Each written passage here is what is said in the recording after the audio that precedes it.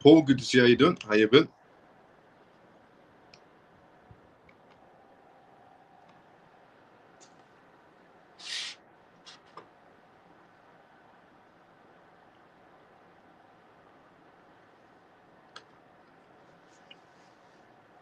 Pablo, good to see you. How you doing? How you been? Joe, good to see you as well. Evening, Miles and CMF. How you doing, Joe? How you been? Comatose, good to see you as well. How you doing? Hi, Miles and family. Let's go. Hi, Miles. Will you send... Oh, sorry. Hi, Miles. Will you end early today due to the Elon Trump X talk starts in... yeah, I'm fully aware regarding Elon Musk and Trump doing the interview, which is definitely going to be an interview that everybody wants to watch. So we'll see. I'll probably finish just in time for that. But we're also going to be talking about Elon Musk and Trump on tonight's live show as well, regarding what they can possibly be saying. Good evening, Miles, the CMF. Denise, good to see you. How you doing? But we'll see. We'll probably finish a little bit into that interview as well. But good to see you as well. G, how you doing? Denise, good to see you as well. How you doing? Dennis, good to see you as well. How you doing? Hi, Miles, the CMF. Let's go. How you doing? How you been? Okay. By the time everyone tunes in one by one, we'll do a gist of what we're going to talk about on tonight's live show. Then we do the intro, disclaimer, and by that time everyone's tuned in for the first part. So, on tonight's live show, as always, we're going to go through a mixture of news. We're going to be talking about the SEC files regarding fraud charges against a promoter by the name of Novatech. So it seems like the SEC has decided to move away from the whole Ripple case scenario. The SEC has so far decided to sue 3 VC companies by sending them letters, and now they're suing or filing in fraud charges against another crypto pyramid scheme. It does look like they're moving away from the Ripple case, which is a good sign. We're also going to be talking about tonight's live show regarding a major German player that's entering the fields, a German bank that's entering the crypto space by the name of KfW. And they're going to be launching a $108 million blockchain bond, which is quite a bit of a massive move from this German bank. We're also going to be talking about the super PAC, in other words, the fundings coming for these politicians. And it seems like there's quite a lot of funding going to John Deaton, which is it's a major benefit going towards John Deaton, because he is fighting for the entire crypto space and he's going up against Elizabeth Warren. So there's quite a lot of funding going towards John Deaton, which makes his odds a lot more better for the crypto space. We're also going to be going through on tonight's live show, obviously, about the topic of Elon Musk and Donald Trump, on the topic of what they could be possibly speaking about, also talking about the EU trying to censor Trump on X before he even makes a speech. We're also going to be going through the news regarding Vladimir Putin on tonight's live show as well. Vladimir Putin has decided to usher in a new era for cryptocurrencies by Russia embracing cryptocurrencies for global trade. He's made a massive speech, Vladimir Putin. We're also going to be talking about tonight's live show regarding BitGet. BitGet partners essentially went across to universities. So BitGet partners with the University of Zurich to advance blockchain education. Now, this has happened quite often inside the crypto space, with Ripple or even Circle or even Coinbase venturing out to universities to teach students about blockchain technology, which I think is an amazing idea. We're also going to be talking about Circle. And the reason why we're going to be talking about Circle on tonight's live show is because Circle's CEO, Jeremy, has came out and made some incredible speeches about how he thinks the market's going to play out, how he thinks the crypto space is going to play out moving forward, and regarding the revolutionizing global finance with blockchain. And this is coming from the CEO of Circle, Jeremy. We're also going to talk about tonight's live show regarding El Salvador. El Salvador has decided to announce a massive plan, which is going to cost them $1.6 billion. And they're going to be building a Bitcoin city in El Salvador. Every country is aiming to become a crypto hub, and El Salvador wants to build a Bitcoin city now. We're also going to be going through the news regarding crypto ETFs on tonight's live show as well, from a perspective from Grayscale's executives. We're also going to be going through Trinidad's, and regarding Canada. So Trinidad's rivals have pledged to protect cash usage. There's a lot of wave of politicians in Canada who are going against the Prime Minister, essentially, of Canada, and they want to ban CBDC. So we're going to go through their perspectives as well, regarding the congressmen and politicians in that perspective. We're also going to be talking about Indonesia's CBDC trials as well, because they've entered a quite interesting territory. So one perspective of CBDCs need to be banned from Canada's side, and the other perspective of how far essentially they've become through regarding CBDCs, how far they've got through CBDCs. So quite a mixture of news to go through on tonight's live show regarding Vladimir Putin's speech, regarding Elon Musk and Trump, what could possibly be going through, regarding Grayscale's executives coming out with quite a perspective on how they think the rest of the ETF market spaces should play out, and are we expecting any more ETFs? And regarding the perspective of other essentially executives and board members to go through on tonight's live show as well. But we are going to be starting with the SEC files on tonight's live show first. It seems that Gary Gensler has decided to focus on other aspects of the crypto space. So before we go through that, welcome to the CMF Live Show. If you're watching this for the first time ever, welcome to the CMF Live Show. Stands for Crypto Miles Family. And on this live show, every single night, I talk about the most recent things that's happening around the world in terms of cryptocurrency, CBDCs, AI, politics, and regulations. So this is perfect. This is the best live show for you to tune in if you want to be well informed about what's going to be happening in the future. And the disclaimer of this live show, as always, is not financial advice, not political advice, and whatever I say is only for entertainment purposes. This is episode 125. Welcome to the CMF Live Show if you are new, and if you're a regular, let's go CMF. The live show has officially started now. As always, we also do live Q&As as well, which means if you have any questions, put it down inside the comment section. I'll read everybody's questions one by one inside the comment section. So welcome to the CMF Live Show. Live show has officially started now. And by the way, thank you so much to everyone that's been retweeting this live show as well on X, and retweeting and liking the live show on X. And also thanks so much to everybody on YouTube that's also been liking the live show as well. So let's go inside the comment section first. Let's see where we were. We were at here. Jason, good to see you. So how you doing? Evening. Brian, greetings, Miles, and all good people. Let's go, Brian. How you doing? Manny, evening, Miles and CMF. Good to see you. So how you doing? What up, Miles and family? Hope all is well, though. Ray, good to see you. So how you doing, brother? Camel, good to see you as well, brother. How you doing? Go Daddy Advert. Woodhouse, good to see you as well. How you doing? How is everyone? How is Miles? I'm doing great, Woodhouse. How is CoinMove? It's excellent. How's your business doing, Woodhouse? Good evening, all. JP, good to see you as well. How you doing? Morning, Miles and family. Shelly, good to see you as well. Morning. How you doing? Is it true India and USA done a trade deal in XRP? No.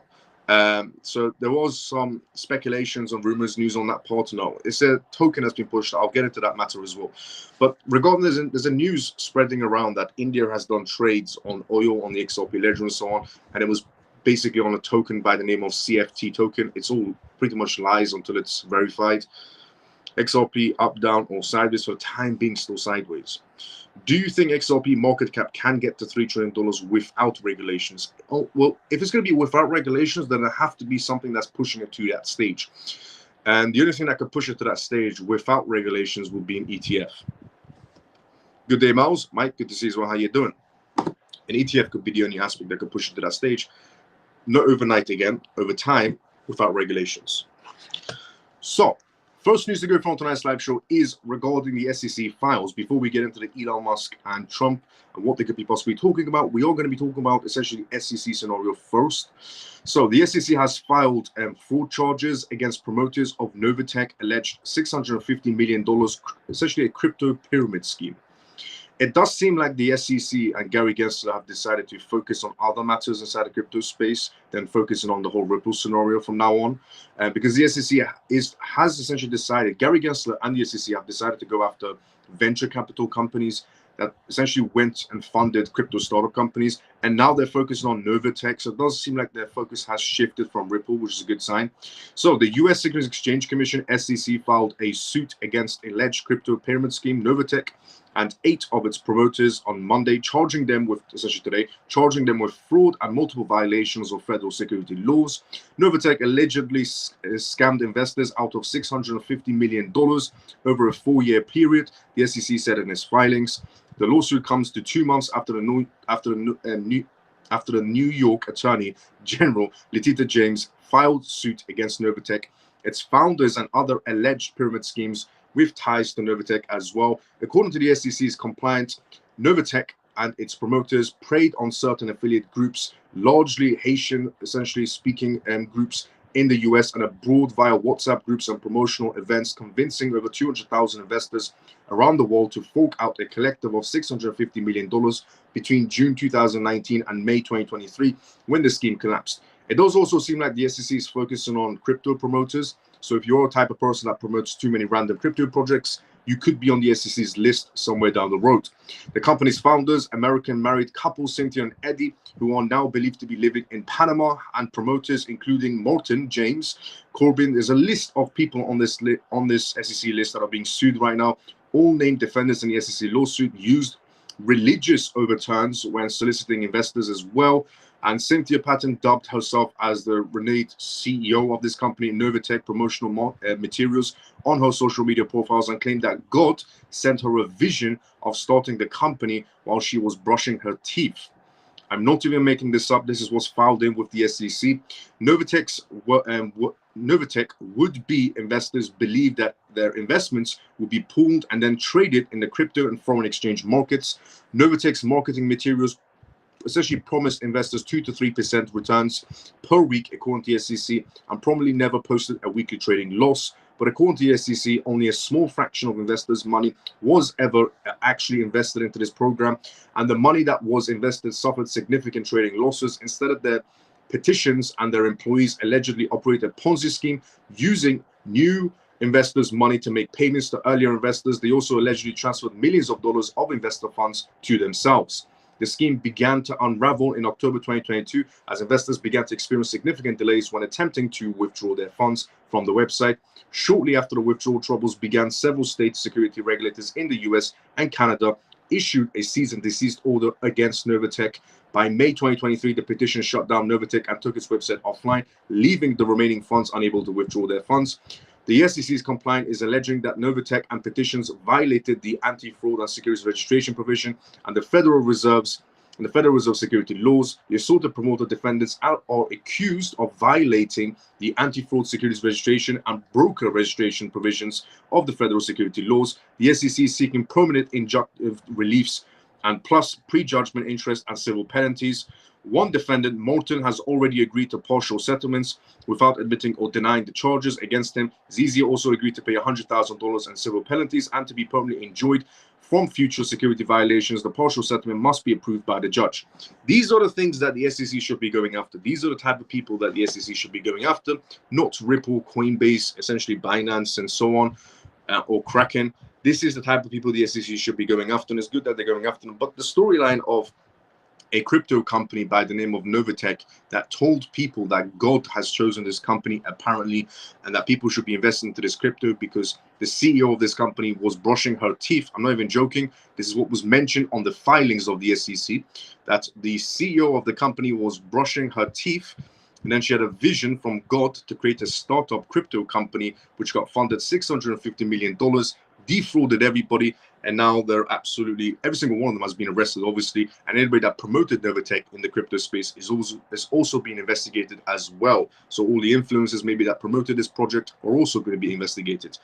But I mean, it is ridiculous. You should never, first of all, be this foolish. I don't know who would invest into a project like that, but don't be foolish, essentially. Don't be so moronic, and it just baffles me, the people that invest into this project.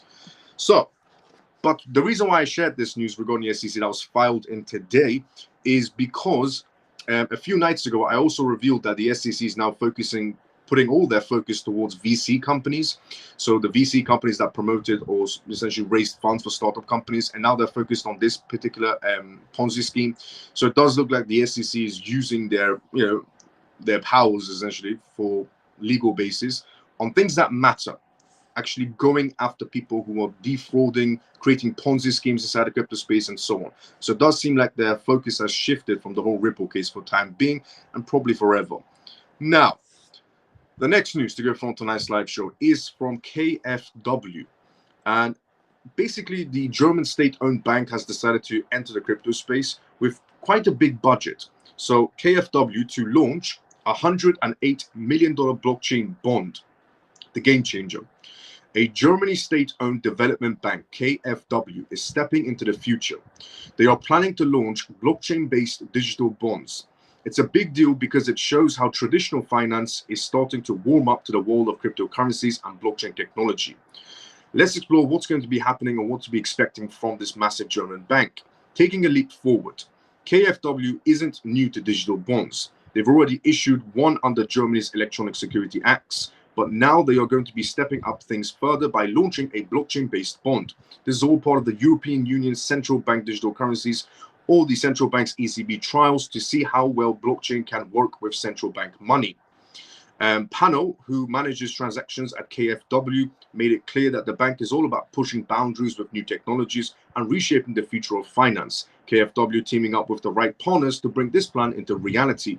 KFW has partnered with Bonso and BSD, a leader in the digital asset space. BSD is handling the crypto wallets and keeping the private keys safe throughout the process. This partnership is a big step in the right direction for both companies. Yuli, who runs BSD, sees this as a major milestone in digital transformation of finance in Germany. KFW isn't going to go at this alone. They've also got big names like DZ Bank, Deutsches Bank, LBBW, and bankers on board as well, and Cashlink as well. Cashlink joint brokers, technology companies and fintech companies from Frankfurt, who is also taking care of the crypto asset registrations. This is a term effort that shows how important this project is to the financial world. Yes, it does. Because there's 5 major banks. So 5 major banks from Germany have just all come together to get into the bonds.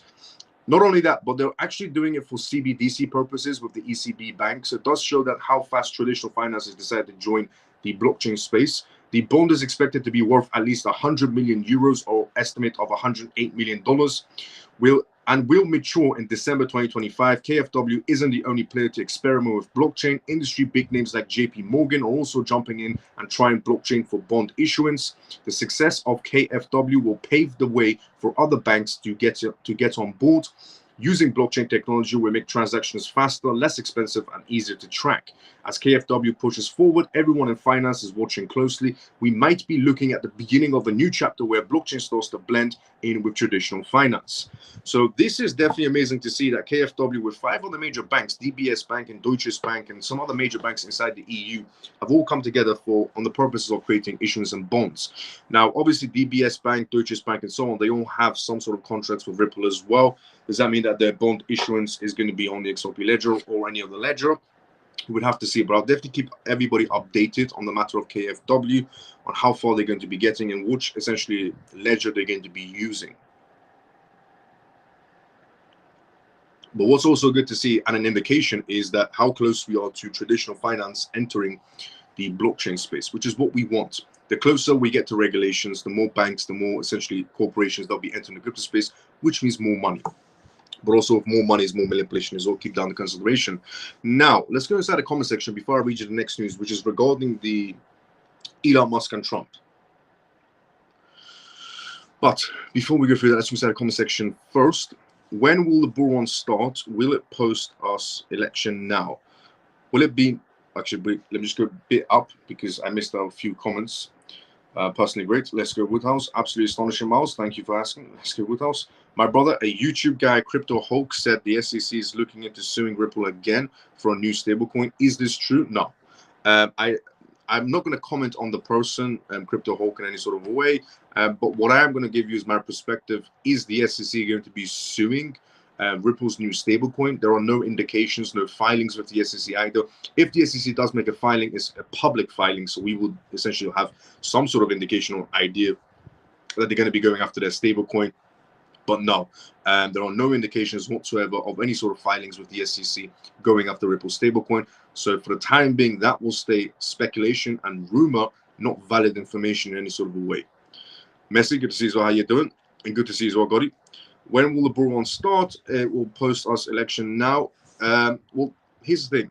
Part 2 is brewing. And how we know Part 2 is brewing? Because we have more institutions than ever before inside the crypto space, more banks than ever before inside the crypto space. Even today, now seeing the news of 5 German banks coming together for issuance of bonds on blockchain technology, but also for CBDC purposes. So we're getting to that stage where we're having a lot more banks, a lot more institutions, and a lot more regulations in place. So we're brewing for Part 2. Good evening, Miles of CMF. Free forever. Good to see you as well. How you doing? Hello there, Miles of CMF. Troy, good to see you as well. How you doing? How you all doing today? I'm doing great, Lena. How you doing? Why hasn't XRP pumping, and when do you think it will start pumping? Okay, the reason why XRP hasn't pumped because of 2 situations. One, Ripple has 30 days to pay the $125 million fine, which a lot of people are speculating that once they pay this fine, then we're on the good course. 2, the SEC has 60 days to essentially appeal this case. So within that 60-day period, people are still in disbelief that this case has come to an end.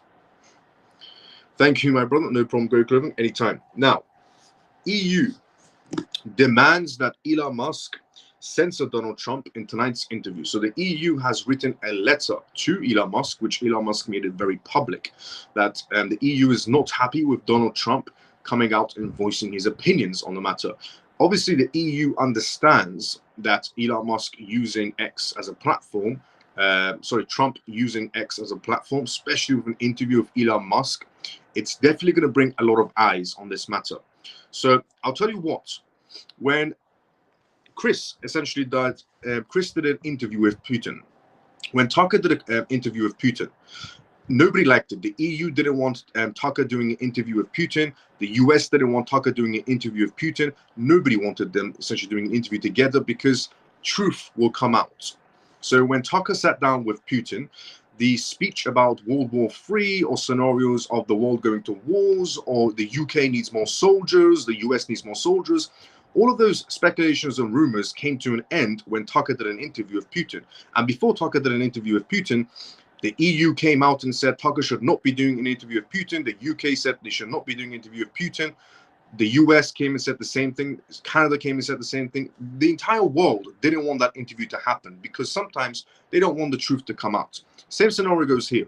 They don't want Trump doing an interview with Elon Musk because they're afraid the truth will come out once again, and they don't know how to fix it because, as we all know, politicians are full of lies, head to toe. And with Elon Musk, an incredibly intelligent man, and Trump, an incredibly truthful man who just says it as it is, they don't like these two people coming together because they might say some things or ruin their plans in the process, which is exactly what's going to be happening. So, on the matter of EU demands that Elon Musk censor Donald Trump in tonight's interview, which is ironic as well because, the EU stands for freedom of speech, apparently. Elon Musk, the man behind Tesla Motors, is catching heat from the European Commission. They're demanding that they censor Donald Trump during an interview set to stream on X tonight, the social media platform that's formerly known as Twitter. The EU's Internal Market Commissioner has fired off a letter to Elon and ex-CEO Linda. The message, clean up your platform or face the consequences in Europe. Clean up your platform or face the consequences in Europe. Isn't the EU known for freedom of speech? No? Britain isn't messing around. He warned that if Elon doesn't clamp down on illegal content like hate speech and essentially violence, could be slapped with penalties or even restrictions in the EU. His exact words were, "We are monitoring the potential risk in the EU associated with the disseminations of content that may violate or create violence or create hate and racism." So let me get this straight. The EU is worried that Trump is going to say something truthful and that Elon Musk is also going to say something truthful as well. You see, just putting that to one side as well, Elon Musk, for example, did an interview with the BBC, who is fully well known for telling the truth, apparently, according to the BBC. But Elon Musk did essentially an interview with the BBC, who is notorious for lying. And the BBC interviewer said to Elon Musk once that X is full of lies and full of violence and hate. And when Elon Musk pressed on the BBC interviewer and said, well, show me something that's, against racism or violence and so on X's platform, the BBC interviewer was stumped and couldn't answer the question. Same goes on that scenario when I explained regarding Tucker and Russia, where they didn't want Putin speaking out. But also what's interesting is the EU has basically said that they don't want Elon Musk and Trump coming together because some truth is going to come out on that scenario. But what's interesting is the EU said it's going to create violence. If Trump speaks on tonight's X program, it's going to create violence, hate speech, and racism if Trump speaks, apparently. And these are the things the EU is against. The EU is against hate speech. The EU is against violence. The EU against, racism. They're against everything that's wrong in this world. But what's interesting is the EU was not against the Olympics program, where they essentially made a fool out of Christ. And I'm not even Christian, but they made a fool out of Christ. The EU was perfectly fine with the Olympics putting devil worshippers and making fun of the Last Supper. That was perfectly fine with the EU, essentially, damaging an entire religion on public TV with millions of people watching the Olympics. That was perfectly fine for the EU to look the other way, where they were creating a devil worshipping Last Supper scenario, that was perfectly okay with the EU. No problems, no hate speech there, no violence there, no racism there, no nothing there. That was perfectly fine.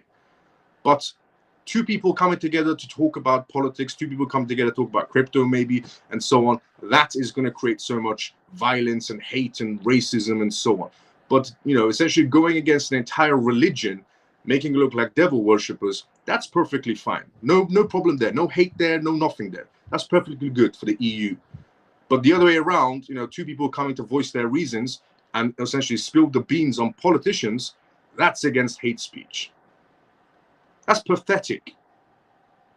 Honestly, the EU should be ashamed of themselves. That's absolutely pathetic.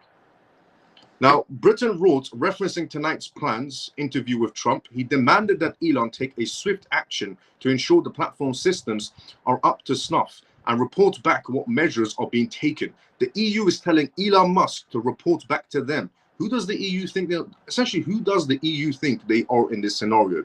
Politicians genuinely believe they have too much power and their authority. Now, Linda pushes back against the EU pressure. Linda, who was quick with her response to the EU's demands, she blasted the letter as an overreach, calling it an unprecedented attempt to stretch a law intended to apply in Europe to political activities in the US.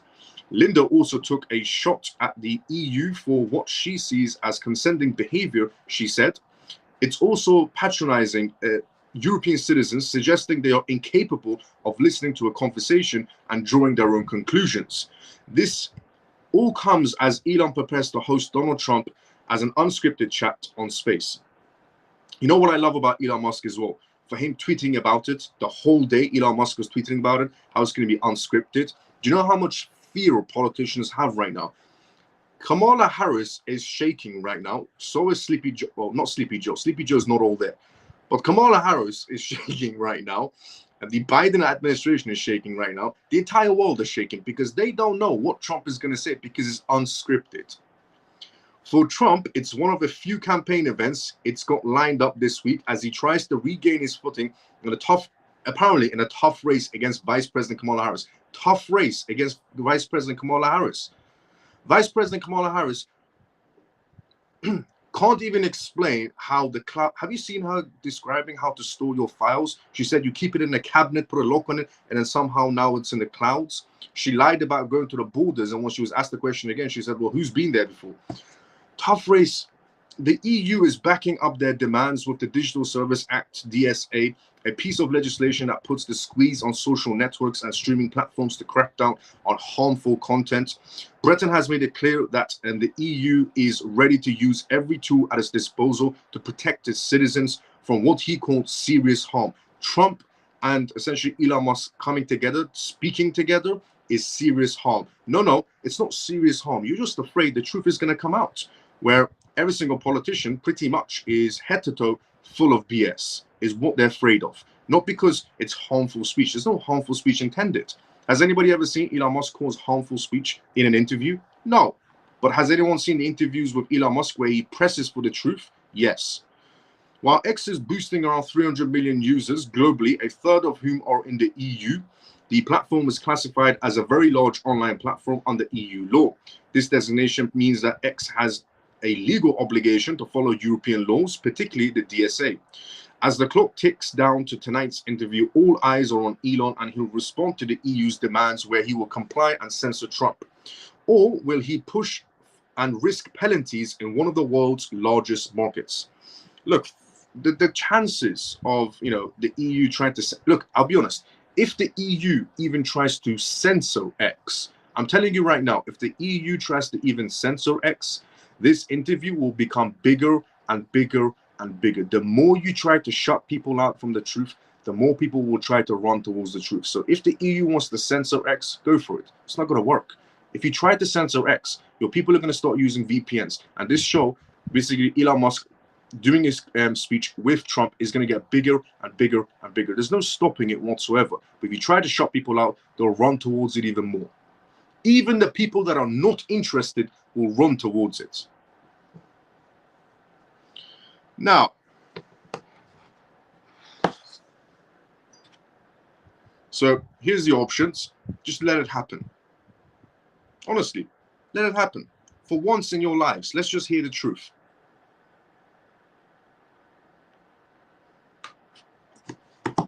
Vladimir Putin is the next news we're going to talk about tonight's live show. Vladimir Putin ushers in a new era. Russia embraces cryptocurrencies for global trade as well. But also on the topic of Trump and Elon Musk, the topics that they're most likely going to be going through is the presidential election, without a doubt. They are going to be talking about a presidential election because every time Trump decided to talk about the presidential election, it didn't work out. Has anybody ever seen the interviews with Trump trying to talk about the presidential elections? Trump gets asked questions like, how are you going to stop wars? The interviews that Trump normally does, somehow the news anchors always press him and they go, Trump, how are you going to stop wars? And when Trump gives them a solution on how to stop wars, they say, no, we don't believe you. Or they say, Trump, how are you going to do this? Or all the tough questions get asked towards Trump, which is perfectly fine. He's a politician. But have you seen the questions that they ask Kamala Harris? What is your favorite color? Where'd you like to go on vacation? These are the type of questions that are so mellow that get asked from Kamala Harris. But when it comes to Trump, how are you going to stop World War III? And even though his responses are always, he's going to have a sit down with Putin and put it to bed, which is exactly what he's going to do. But the interviewers always go, no, we don't believe it. That's never going to happen. Oh, there was one interview that said, who do you think is going to win? There was an actual interviewer who said to Trump, who do you want to win, Ukraine or Russia? What kind of a moron goes on a news channel as a news anchor and goes, who do you want to win, Russia or Ukraine? What kind of a moron asked that question? There are innocent people dying on both sides, and your response is, who's going to win? What do you think this is? Mortal Kombat, who's going to win? How can you go on an actual live news channel and go, who do you want to win? You don't want Russia to win. You want Ukraine to win. What? The interviews that Trump has done so far back to back have all been some moronic interviews that it's just laughable. And then obviously the interviews of Kamala Harris is, what's your favorite color? Where'd you like to go on vacation? These are the type of questions she gets asked. But honestly, this is going to be one interview that's definitely going to be the most viewed interview possible because it is Elon Musk and it is Trump. One side, incredibly intelligent Elon Musk, and the other side, incredibly truthful and says it how it is. So for once in our lives, we're going to get an actual interview with Donald Trump, not some dumb questions from news anchors and journalists who ask the most ridiculous questions anybody's ever asked in an interview. Now, let's go inside the comment section before I read out you the next news. Let's see where we were. We were here. Do you think it will stop pumping after 6 days? Possibility, yes, but regulations still need to be there. I wanted to put Elon's response on Telegram, but there is a few words I don't want to rock the boat with. Yeah, I saw them. No one is enticing anything, just showing the world what's actually happening. They want to censor everything, all about control, pretty much. Honestly, the EU is becoming like China. You know how China censors everything possible? That's basically what the EU is becoming. And they talk about, essentially freedom of speech. Freedom of speech is imaginary. Elon, hello, Miles and CMF. Glenda, good to see you. How you doing? Shelly, let's go. A set of rules for when it suits them. Facts. So two-faced. Facts. They can't handle the truth. Facts. Let's go, Shelly. At what time is the interview? Around 8 p.m. Eastern time. So it's about 1 a.m., I think, for UK time. Also, Miles, why do institutions and banks need regulations to use XRP? Because it has regulatory clarity. Yes, it does, but we still don't have regulations in place. Regulatory clarity is very different to essentially regulations in place. So banks and institutions need regulations because regulations is a safety net. It doesn't matter if the token has regulatory approval. It doesn't matter if the XRP token has regulatory approval. It matters to a certain extent, but what really matters is having regulations in place so banks don't use that token in a gray area. That's why. So they need regulations as basically a safety net for any sort of institutions or banks so they later on don't get sued by the CFTC or the SEC for using some sort of loopholes or operating gray areas. The token itself has regulatory clearance, but we don't have regulations for the banks and institutions to be able to use it, because if they start using that token, it's going to be using it in a gray area because there's no safety net. Do you think it will affect the market, Miles? Do I think it's going to affect the market? Elon Musk and Trump coming together? Yes, up to a certain extent, it should affect the market, depending on what they say. If Trump comes out and says, something regarding cryptocurrencies, then the market could react positively or negatively towards it. Same goes for Elon Musk. If Elon Musk says something positive or negative about the crypto space, the market will react without a doubt. The whole world's going to be watching this interview. It's going to be probably the most viewed interview ever. I mean, the most viewed interview possibly on X was Tucker and Putin coming together. This one will probably pass it on viewership. You mentioned part 2 of this bull run is brewing. We are still waiting for part 1. No, part 1 already passed. Part 1 was slowly they're coming in, the banks and so on. Now, Vladimir Putin. Vladimir Putin ushers in a new era regarding Russia embracing cryptocurrencies for global trade.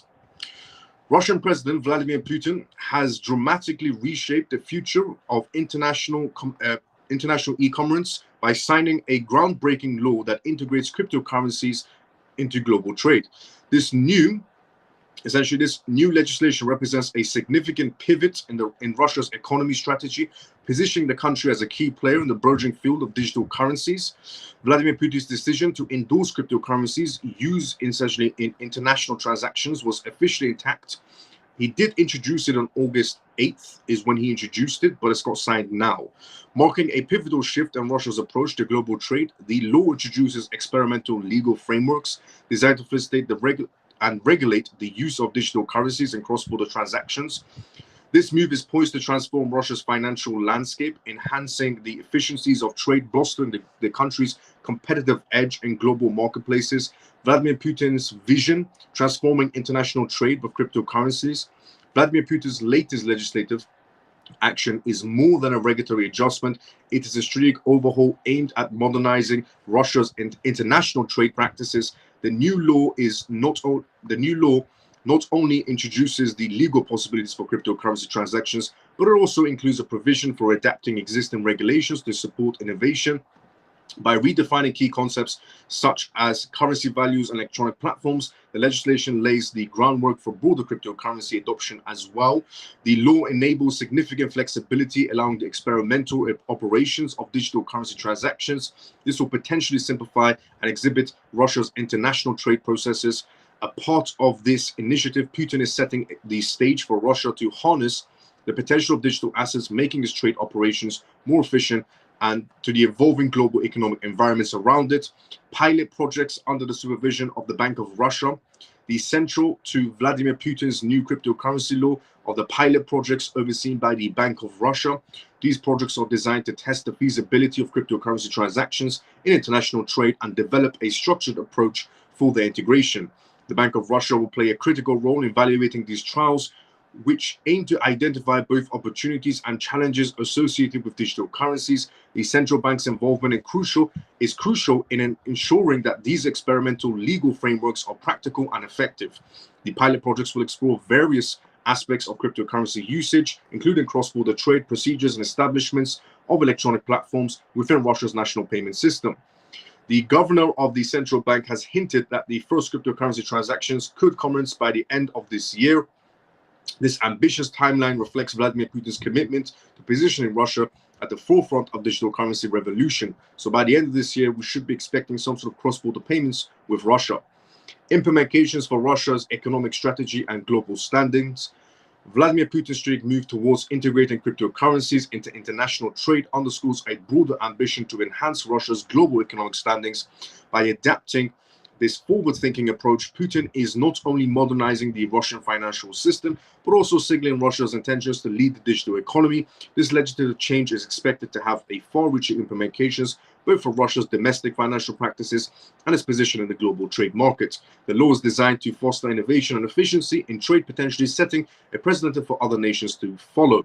Furthermore, the involvement of various Russian agencies, including the Finance Ministry, Federal Security Service, and Federal Financial Monitoring Service, is also in overseeing the new legal regime, highlights the comprehensive nature of this initiative. These agencies will play a key role in ensuring that the transition to cryptocurrency use in trade is both secure and effective.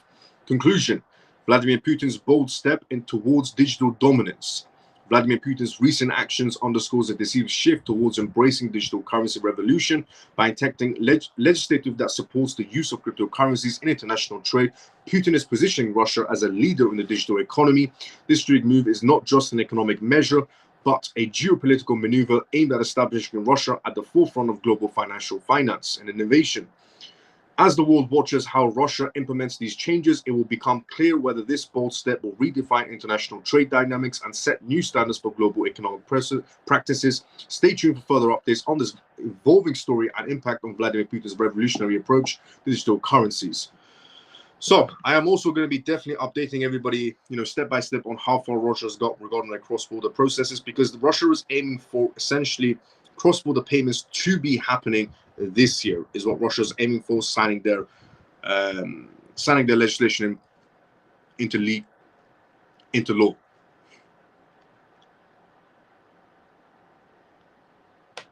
But Russia taking a massive step. Honestly, Russia's taken a massive, bold step. New milestone, definitely, for Russia for doing this. Now, Super PAC. The Super PAC focuses on the unseating of Senator Elizabeth Warren and spending $850,000 on John Deaton.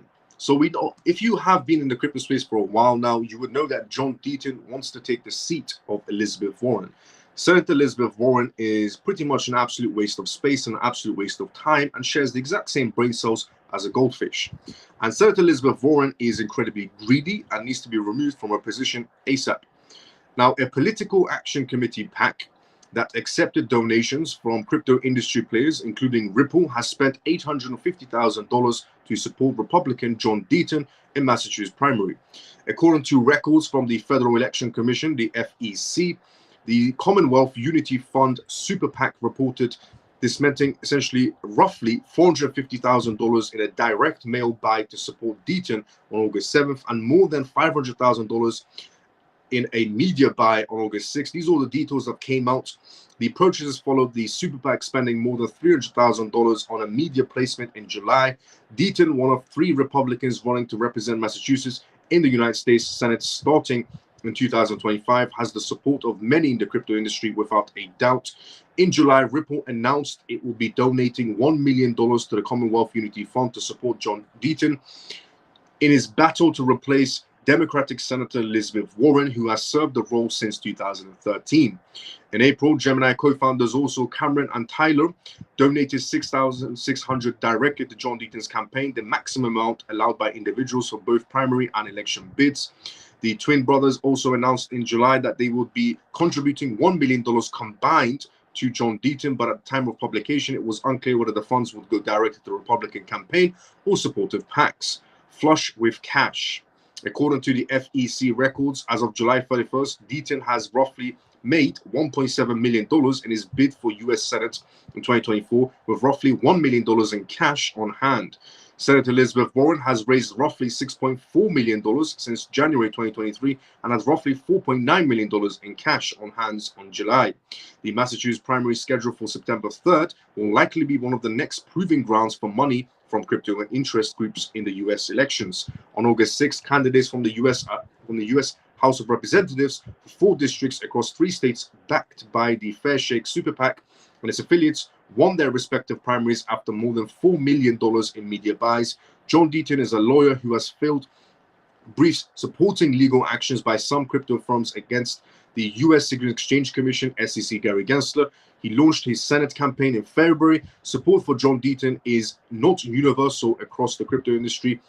Wyoming Senator Cynthia Luminis, a Bitcoin BTC holder and a digital asset prominent in Congress, endorsed the Republican Ian Kane over John Deaton in July. The Republican senator cited Kane understanding digital economy and his embrace for innovation better than John Deaton. As of June, many polls had Senator Elizabeth Warren leading by at least 20 points against Kane and Deaton. She's running unopposed in the Democratic Party. So it seems like Senator Elizabeth Warren has clawed on and is not letting go in any sort of a way regarding her campaigns. She's done absolutely nothing since 2013 until now for the United States. jack squat. She's done absolutely nothing except just be greedy as usual and stop innovation. She does need to be removed from her position. John Deaton is probably the best bet in that scenario. But it seems odd that most Republicans are not supporting John Deaton, but they're actually supporting other Republicans. I say odd, but politicians do tend to look after their own flock. Now, the next topic on tonight's live show is regarding BitGet. Regarding BitGet Exchange, which has just partnered with the University of Zurich to advance blockchain education. It's always nice to see when blockchain companies essentially come and essentially partner with universities or colleges. Now, I do know for a fact, because I've shared this news, not this particular news before, but other news regarding blockchain platforms come together with universities and colleges, which is Ripple has invested over 25 different universities around the world. Coinbase has done something similar. Kraken has done something similar as well. And now we have BitGet Exchange also partnering with the University of Zurich to advance blockchain education. BitGet, a prominent cryptocurrency exchange, has partnered with the University of Zurich. This collaboration aims to evaluate Bitcoin knowledge. The university's blockchain center, established in 2019, showcases a robust team of 65 international experts. The University of Zurich has become a beacon in blockchain education, nurturing talents who might one day shape the industry of blockchain technology. Notable for producing 12 Nobel Prize winners, such as Albert Einstein, the institution continues to influence pioneering technologies. These summer programs took from July 1st till July 19th and was aimed at the detailed study of key concepts of blockchain technology. Students has constructive debates regarding technology, economics, and various legal systems, and the curriculum was supplemented by leaders in the field of blockchain technology. Experts from Cardano Foundation, Solana, and Polygon, alongside BitGet's team, delivered lectures and workshops. This direct interaction between regarding providing students with practical skills and insights crucial for navigating the complexities of blockchain technology. BitGet launched its Blockchain for Youth program as a part of its educational committee. Supported by $10 million fundings, this initiative aims to spur Web3 adoption through comprehensive educational outreach targeting young minds globally.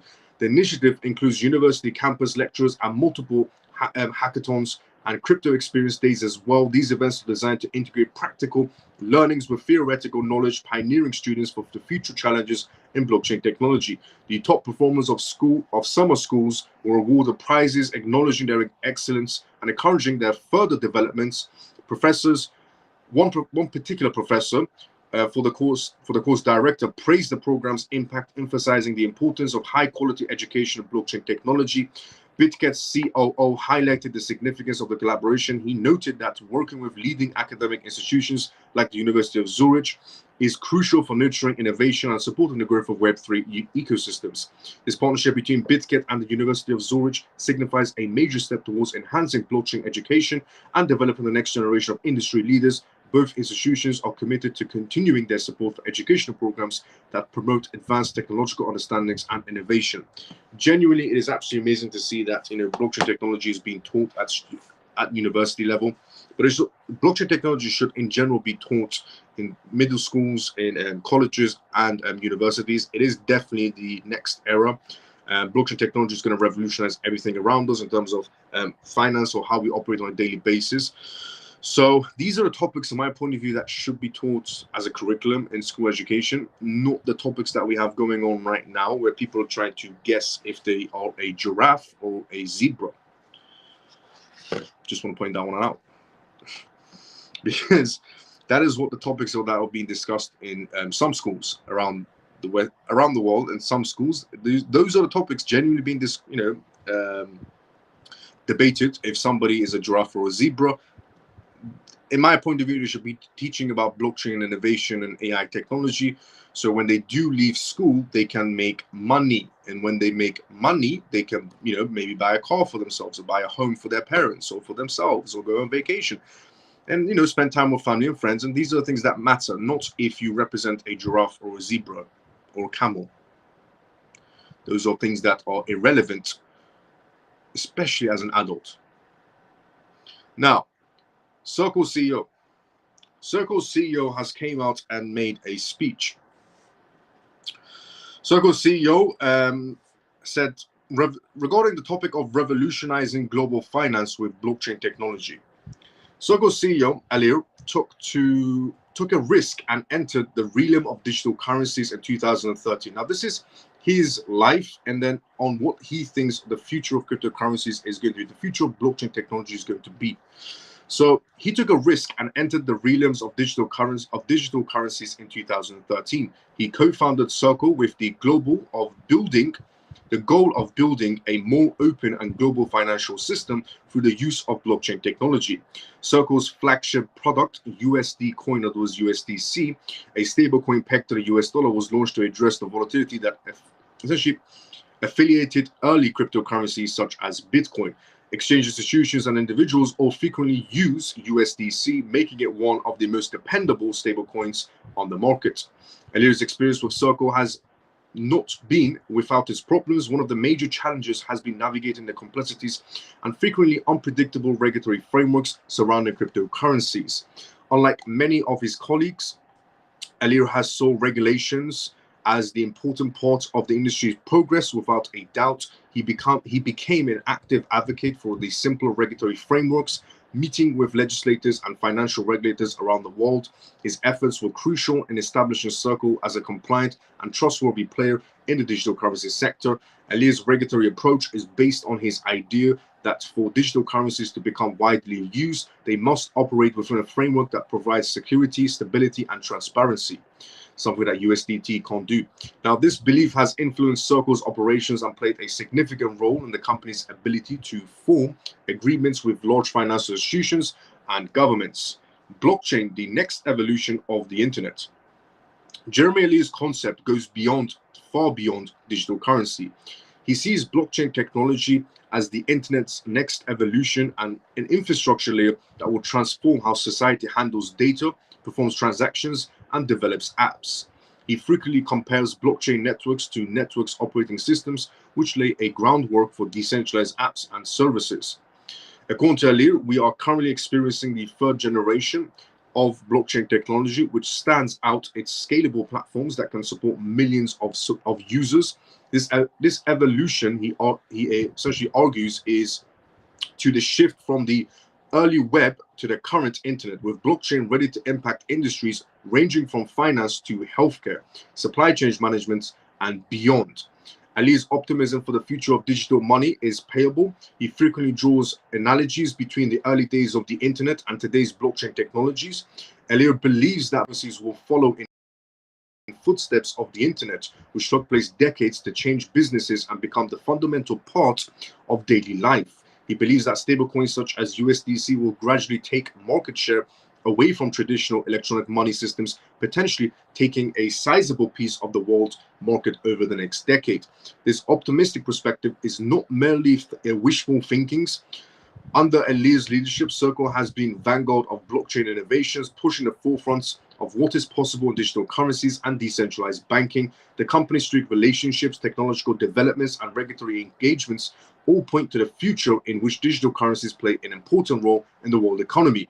Building an exclusive financial ecosystem. What distinguishes Jeremy Alir from many other technology entrepreneurs is his ability to understand the larger picture. He is not only establishing a business, he is creating an ecosystem. The idea that financial systems are to be open, inexclusive, and effective serve as the driving force behind Alir's work at Circle. He sees a society in which anybody, anywhere, can access financial services without the need of a middleman being a bank, and in which money flows as smoothly as information does. This vision represents the Circle's aim to promote worldwide economic prosperity through programmable internet commerce, whether it's enabling cross-border payments, providing a stable value, or promoting new forms of financial innovation. Alir's work lays the framework for a new era of finance. So the Circle CEO did quite a long speech on how he sees the future playing out regarding finance and healthcare and cryptocurrency, blockchain technology. And everything he said to the T is on point. And everything regarding how far we've come and how the next stage is pretty much the implementation stage is also very true as well, because as I've said previously, we have more banks, more institutions in place than ever before. We have more banks, more institutions, and more regulations inside the crypto space in 2024 than we ever did before. So him also stating that we're going into a stage of basically the next part, which is implementation. And by implementation, it means the banks and institutions coming into play. which is all true. Every single word he said regarding what's going to happen next or how he sees is going to happen next is pretty much on the money. Now, the next news on tonight's live show is regarding El Salvador. Now, we know for a fact that many jurisdictions around the world want to become crypto hubs, and it's a topic that's been discussed many times. How London wants to become a crypto hub, Hong Kong wants to become a crypto hub, Dubai wants to become a crypto hub, Singapore, Tokyo, so many jurisdictions around the world want to become a crypto hub. Now, some of these jurisdictions around the world mention it and take action. For example, Hong Kong has taken action in terms of regulations. Dubai has taken many actions in terms of regulations. Saudi Arabia also taken action in terms of regulations. Japan has also taken action in some sort of regulations. Singapore has taken quite a lot of action in terms of regulations. London, not so much. London mentions they want to become a crypto hub, but no action taken so far, except their recent action that's been taken to partner with in the UAE in terms of crypto regulations, so that London can move forward as well. But El Salvador has taken a different route. Not only El Salvador has mentioned that they want to become a crypto hub, and they've also introduced some regulations, but they're also willing to spend $1.6 billion as an investment to build a Bitcoin city. So this will be the first of its kind, without a doubt. And as I said, there are many countries around the world that are aiming to become, the crypto hub. But El Salvador has taken it to a different level by announcing. So El Salvador announces a $1.6 billion record investment for a Bitcoin city is what they're aiming for next. El Salvador's president announced a massive economic plan that would support the building of a Bitcoin city. The $1.6 billion private investment is reportedly made by the Yolport Holdings and is set to modernize the port and build a new port, La Union, where Bitcoin City is planned to happen. The largest private investment in El Salvador's history. The largest private investment in El Salvador's history. But it's also one of the biggest investments towards blockchain technology of building a city. Now, through a post on X, the president of El Salvador showed a video detailing phase 3 of his government's economic plan. According to the clip, the plan is set on the logistics, and it starts with the largest private investment in history of El Salvador. Yolport Holding will invest over $1.615 billion into the Pacific Port Union. This will modernize the seaport and finally activate La Union Seaport. According to the video, the project has been neglected by previous administrators and it has not operated since it was first built over 20 years ago. This agreement is reportedly a product of the President of El Salvador's visit to Turkey back in 2022.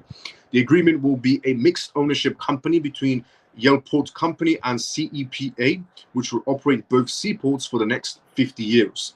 The investment will be done in phases, and the first one will start at the end of 2024. The last phase of the project will generate new and better trade opportunities for the countries, starting with the Pacific Port Union, El Salvador's Bitcoin City. The Bitcoin City is planned as the smart city project in La Union, El Salvador. This planned city is reportedly intended to be a tax haven and the use of geothermal energy to power Bitcoin mining. The president of El Salvador promised that there would be no income tax, forever zero property tax, no processing tax, zero city tax, and zero CO2 emissions. According to him, the only tax that they would have in the Bitcoin city is VAT, and half of it will be used to pay for the city itself, and regarding bonds for the rest, for the public infrastructure maintenance of the city. El Salvador has been harnessing volcano power to fuel Bitcoin mining.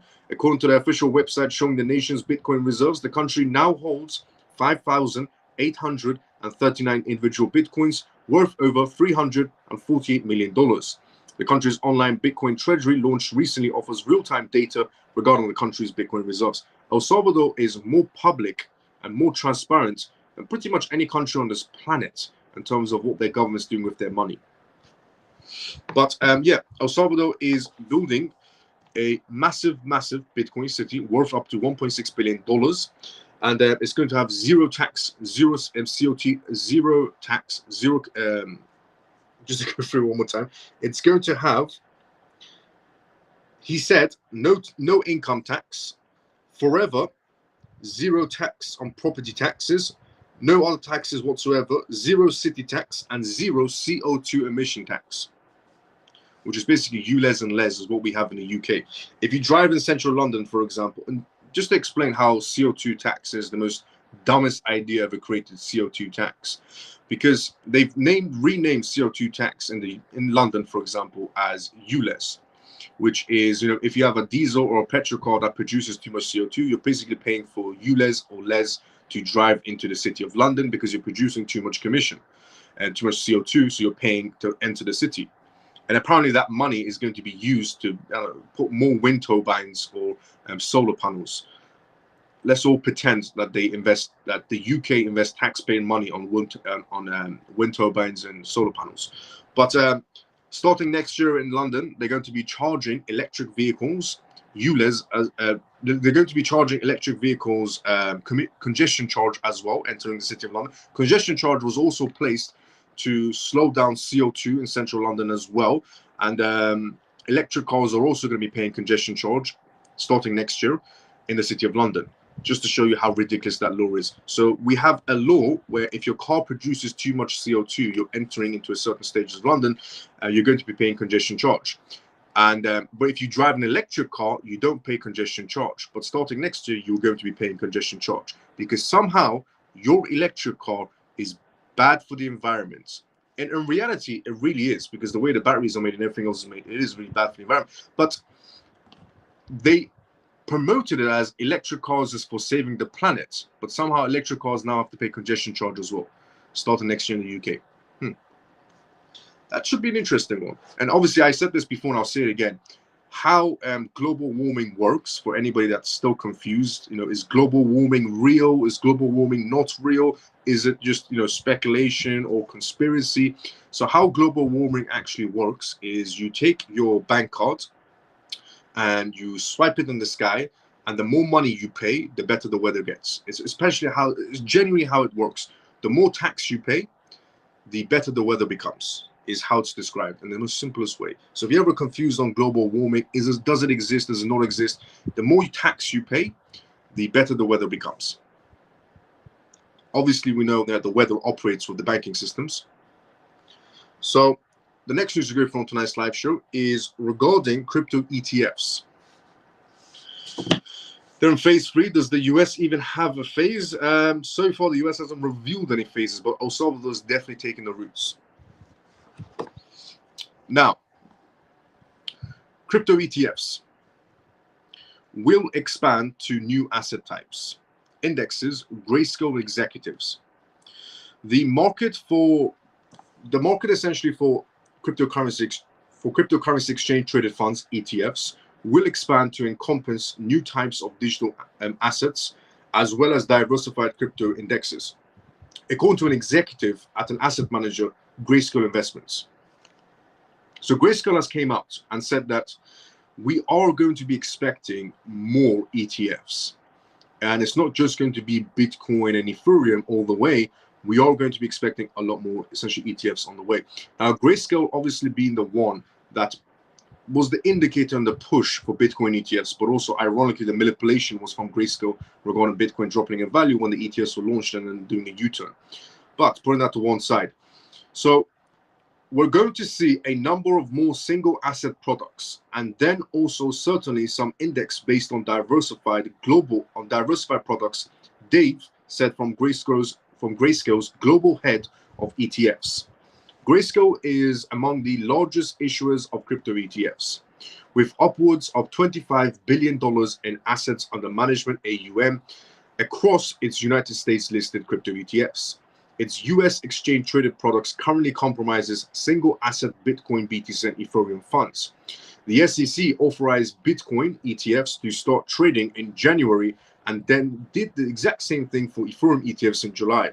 No other types of cryptocurrency ETFs are currently allowed to trade in the United States for the time being. Now, David also said that he has been surprised by how swiftly we have advanced the conversation around digital assets being a critical component in clients' portfolios, and added that he had not expected the SEC to greenlight ETFs and Ethereum ETFs as quickly as they did. The reason why Gary Gensler was the person that quickly passed Ethereum ETFs as a green light is because Gary Gensler was this much closer to being fired.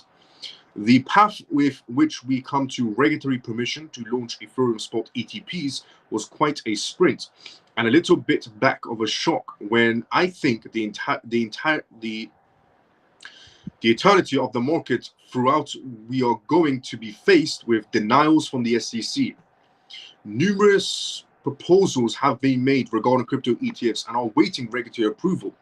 They include new types of single asset funds such as Solana ETFs and diversified crypto indexes such as the Nasdaq Crypto Index ETF.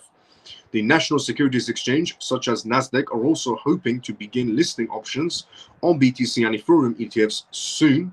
Crypto ETFs have seen enormous demand since launching this year, aided in part by adapting the adoption by large financial institutions such as Morgan Stanley.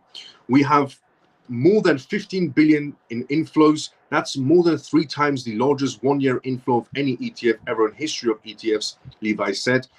So we're talking about a massive, massive adoption. Now, this is a perspective that came from essentially Grayscale's executives regarding the market space on ETFs and how far they've come and how surprised they were, essentially Gary Gensler greenlighting the Ethereum ETFs that quickly when they happened. But regarding what he said at the end, which is, so we're talking about massive, massive adoption, is true.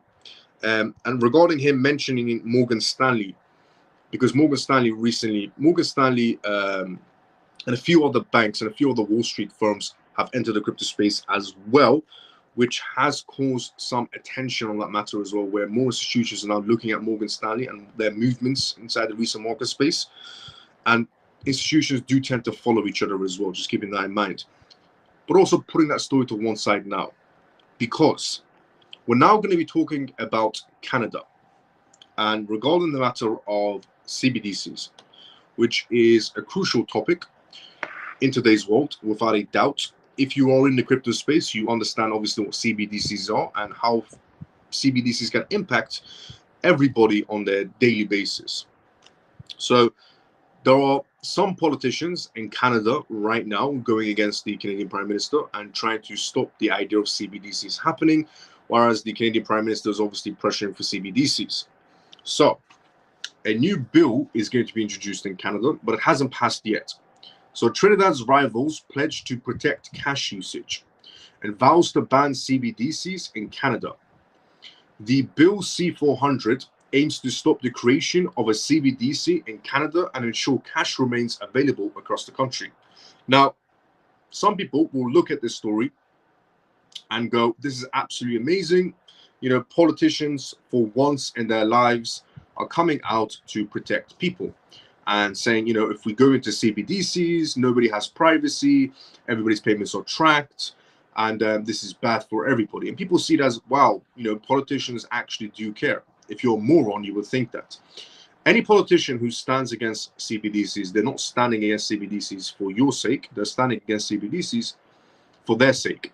Because if you are a person that works for the government, your wages will be on CBDCs. And obviously, knowing politicians and knowing how sly politicians are and how many under-the-table deals happen in the politics world, politicians obviously don't want their wages to be in CBDCs because it's going to get very difficult for them to do under-the-table deals. So the politicians coming out of Canada to go against CBDCs, obviously it's not going to work because the Bank of International Settlements, the International Monetary Fund, and the World Economic Forum want CBDCs. And if they want CBDCs, the world goes into CBDCs. But these politicians that are standing up, they're doing it for their own sake, not for your sake. Any politician, even in the US, when they were passing a law against CBDCs, they weren't doing it because they cared about the people. They were doing it because they cared about their own wages going on CBDCs. Also, on the topic of politicians being corrupt, a congresswoman that escaped the United States, apparently she took off with $3 million of taxpayers' money. Putting that topic to one side as well. Canadian Conservatives leader Perrier has taken to X to express his dissatisfactions with developing of a central bank digital currency in Canada.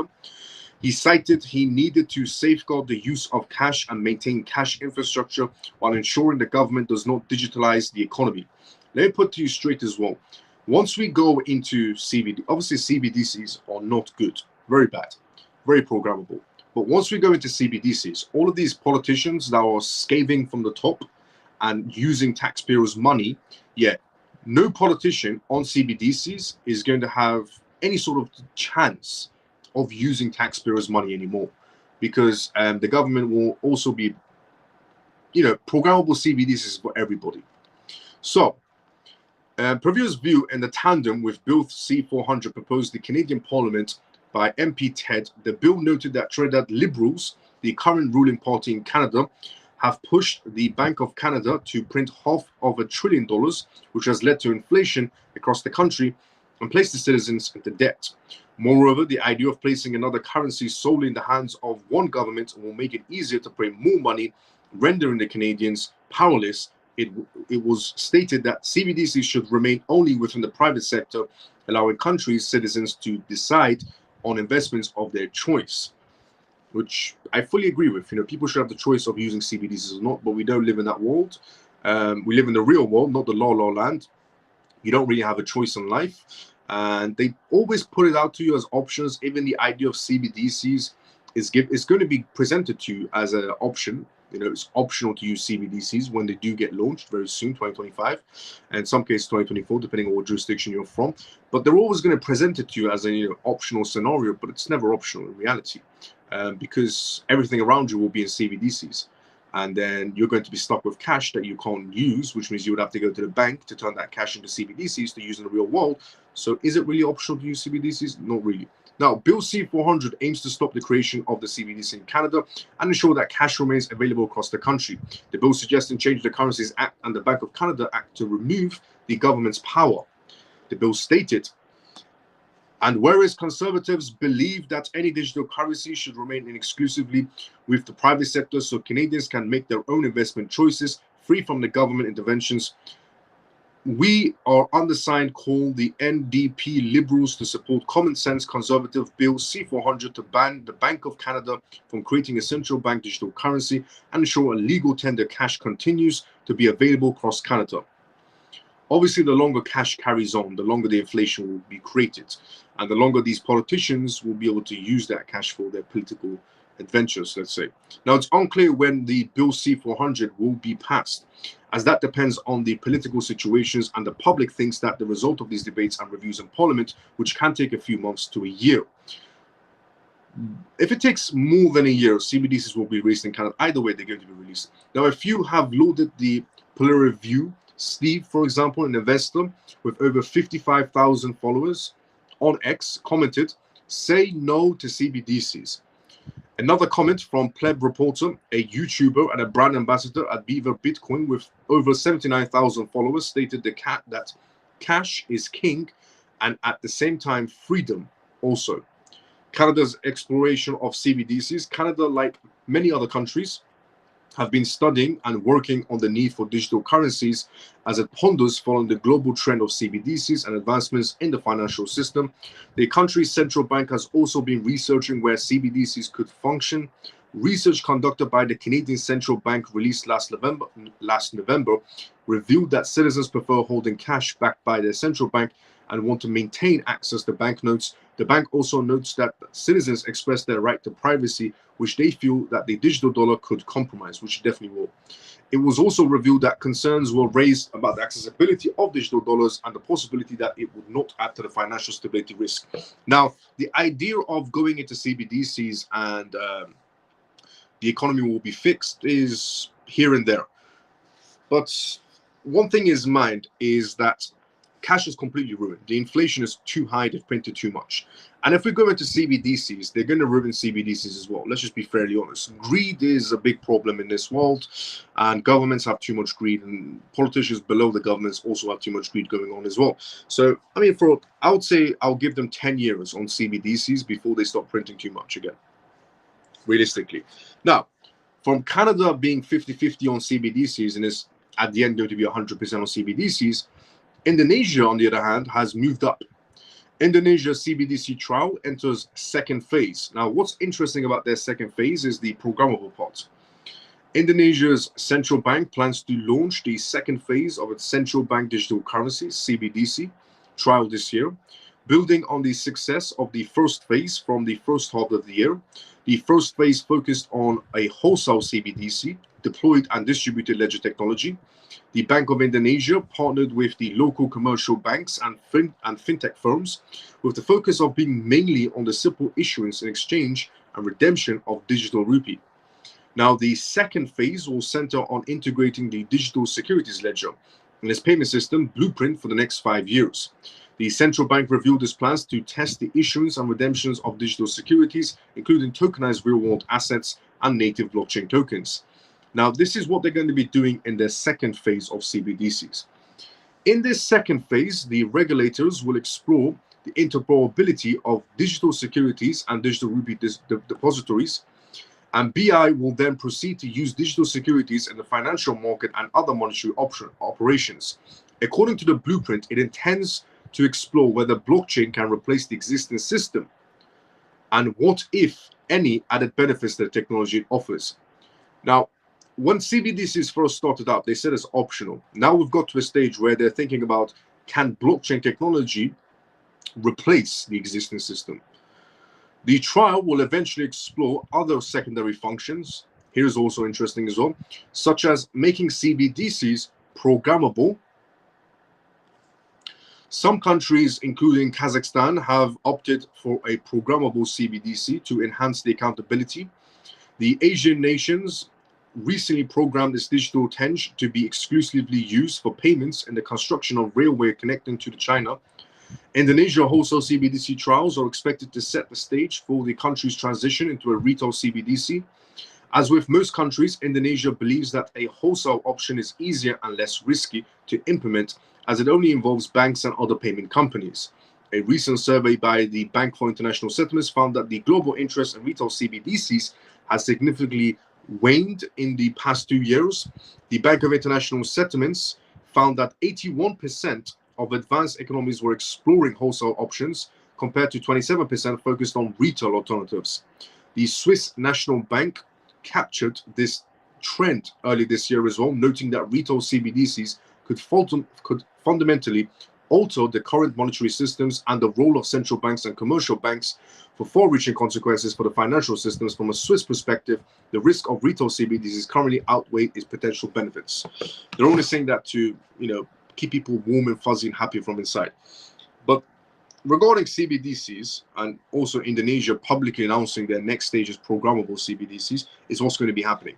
So I've always said this, and I'll say it again, 24,000 crypto. Look, if you don't want to be stuck on CBDCs, it is very simple to not be stuck on. Well, also clarifying that point, everybody on this planet will receive a CBDC wallet. Every single person will receive a CBDC wallet, whether you have cryptocurrencies or not. It's something that you're going to be getting from central banks. But on the topic of not being stuck on CBDCs only is having cryptocurrencies. But mainly importantly, having a cryptocurrency that's pretty much the backbone of CBDCs would be preferably a better choice. 24,000 crypto projects, some in the category of gaming competition, Web3 competition, data competition, AI competition, and then you have, out of 24,000 crypto projects, one crypto project that's in the CBDC space, has a CBDC platform that's won multiple CBDC awards. Most people don't even know that CBDC awards exist. And one is with the World Economic Forum, the Bank of International Settlements, on that PDF document titled Cross-Border Payments. So 24,000 crypto projects, and there's one mainly focused on the backbone of CBDCs. It could not be simpler than that. It is called XRP and it's called Ripple. So honestly, 24,000 crypto projects, common sense, 24,000 crypto projects. One has a CBDC platform. One's won multiple CBDC awards, is with the Bank of International Settlements, is with the World Economic Forum, is with the International Monetary Fund, and has won multiple CBDC awards, and their CBDC platform is being implemented in one particular jurisdiction. It's not rocket science. The only thing optional with CBDCs is what bank you're going to get them from. Lol. Yeah, facts. What JP said. The only thing that's optional about CBDC is pretty much what bank you're going to get them from. Facts.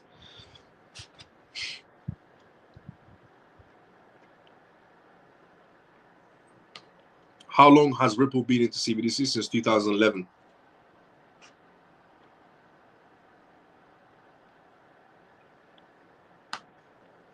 Okay, has anyone got questions they want answers to in a quick Q&A before we go off? So, because the interview with Elon Musk and Trump is going to be starting 1 a.m. for UK time. I'm guessing nobody wants to miss that interview either, because it's going to be a very iconic interview on what's going to be discussed. So this live show is also going to come to an end in about 5 minutes as well. But before we go, and if anybody's got last minute questions, go through inside the comment section as well.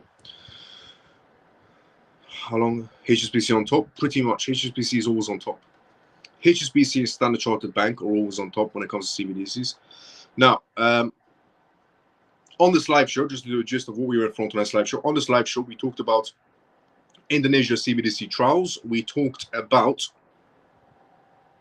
Trinidad regarding the Prime Minister of Canada regarding CBDC matters. We talked about Indonesia regarding CBDC matters. We talked about crypto ETFs that will be regarding crypto ETFs, that we could be seeing expansion of crypto ETFs. A perspective from executives of Grayscale we talked about as well.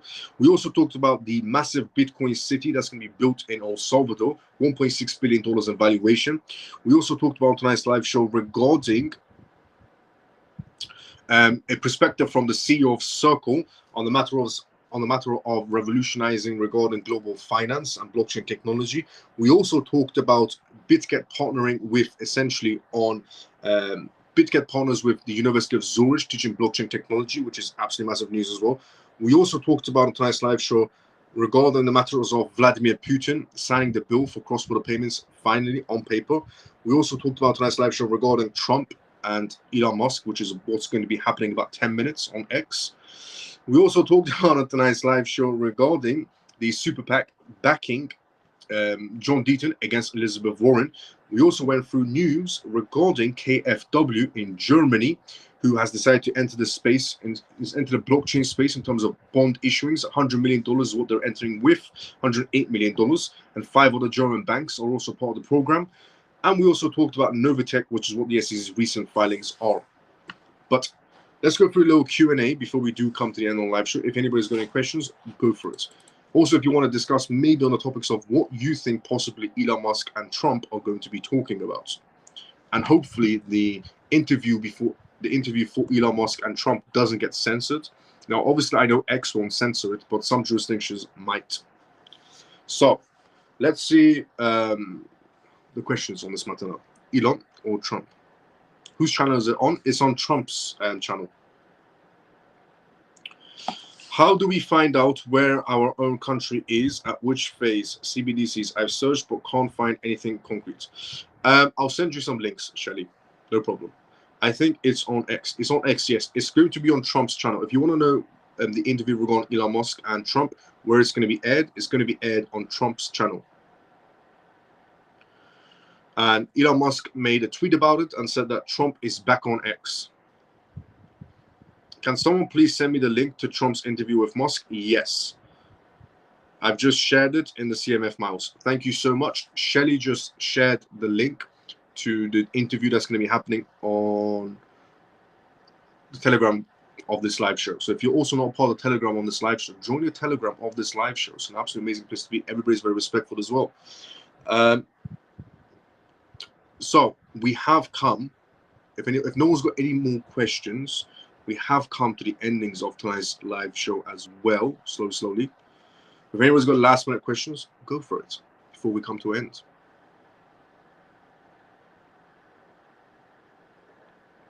72,000 people are already in the room for the interview for Trump and Elon Musk. Yep, it's going to be an absolute massive. I mean, it hasn't even started yet. There's that many people watching it. Can I watch it on the PC? Yep, you can watch it on your laptop, on your PCs, on your phone. The interview that's going to be happening. Yep. Good night, Miles. And on CMF, I will see some of yours on X Space. I have to say about crypto. Thank you, Miles. JP, no problem, brother. Anytime. I'll see you tomorrow, brother. Same time as usual, JP. Also a Telegram group. So we have come to the endings of tonight's live show. Shelly, thank you so much for sharing the link for the interview on Telegram inside the group. Thank you so much to everybody that tunes in on every single live show that I do. This has been episode 126 of the CMF live show. If you enjoyed this live show, drop a follow, drop a like on X, drop a follow, drop a like on YouTube as well. We also have a Telegram group as well, which anybody's more than welcome to join. The link is on YouTube. If you're watching this on YouTube, the link is also on my X profile. If you click on the link, and then the link for Telegram is there. Anybody's more than welcome to join it. It's completely free. Amazing people inside our Telegram group as well. And also, thank you to our sponsors of this live show as well, Tangent Wallet. If you want to get 10% off your Tangent Wallet, use code CryptoMiles. And also, our other sponsor on this live show is BingX Exchange. Sign up to BingX Exchange as a member of this live show. It's also free to be a member of this live show just by watching it and click on the link. But if you use BingX Exchange and sign up to them for their KYC, they'll give you multiple awards and essentially rewards and free rewards and 100 USDT essentially on KYC as well. The link is on my X profile as well. So thank you to BingX for providing this to the CMF family. And thank you so much to Tangent for the 10% discount to anybody that wants a wallet. Use code CryptoMiles. I will be seeing everybody tomorrow, same timing as usual. Everybody have a great day or a good night, depending on where you are around the world. CMF, I'll see you all tomorrow, same time as usual. Everybody have a great day or a good night, depending on where you are around the world. Mike, good night. See you tomorrow, same time as usual. There's nearly 80,000 in the room. Let's go. Pablo, see you tomorrow, same time as usual. Night, Miles. Thanks, Miles. Night and day all. Shelly, see you tomorrow, same time as usual. There's nearly 80,000 people in the room. Let's go. Mike, good night, Miles. Mike, see you tomorrow, sometimes usual as well. 92,000 out. Whoa. Great live, Miles. Good night, Miles. CMF. Jason, see you tomorrow, sometimes usual. I hope it doesn't crash. I hope it doesn't crash either. I'll be honest. Good night, Miles. CMF. Free Feather. See you tomorrow, sometimes usual. Good night. Oh, Troy, see you tomorrow, sometimes usual as well. I will see everybody tomorrow, same time as usual. Everybody have a great day or a good night, depending on where you are around the world. CMF. See you tomorrow, same time as usual. If you're not following, follow. See you tomorrow, sometimes usual.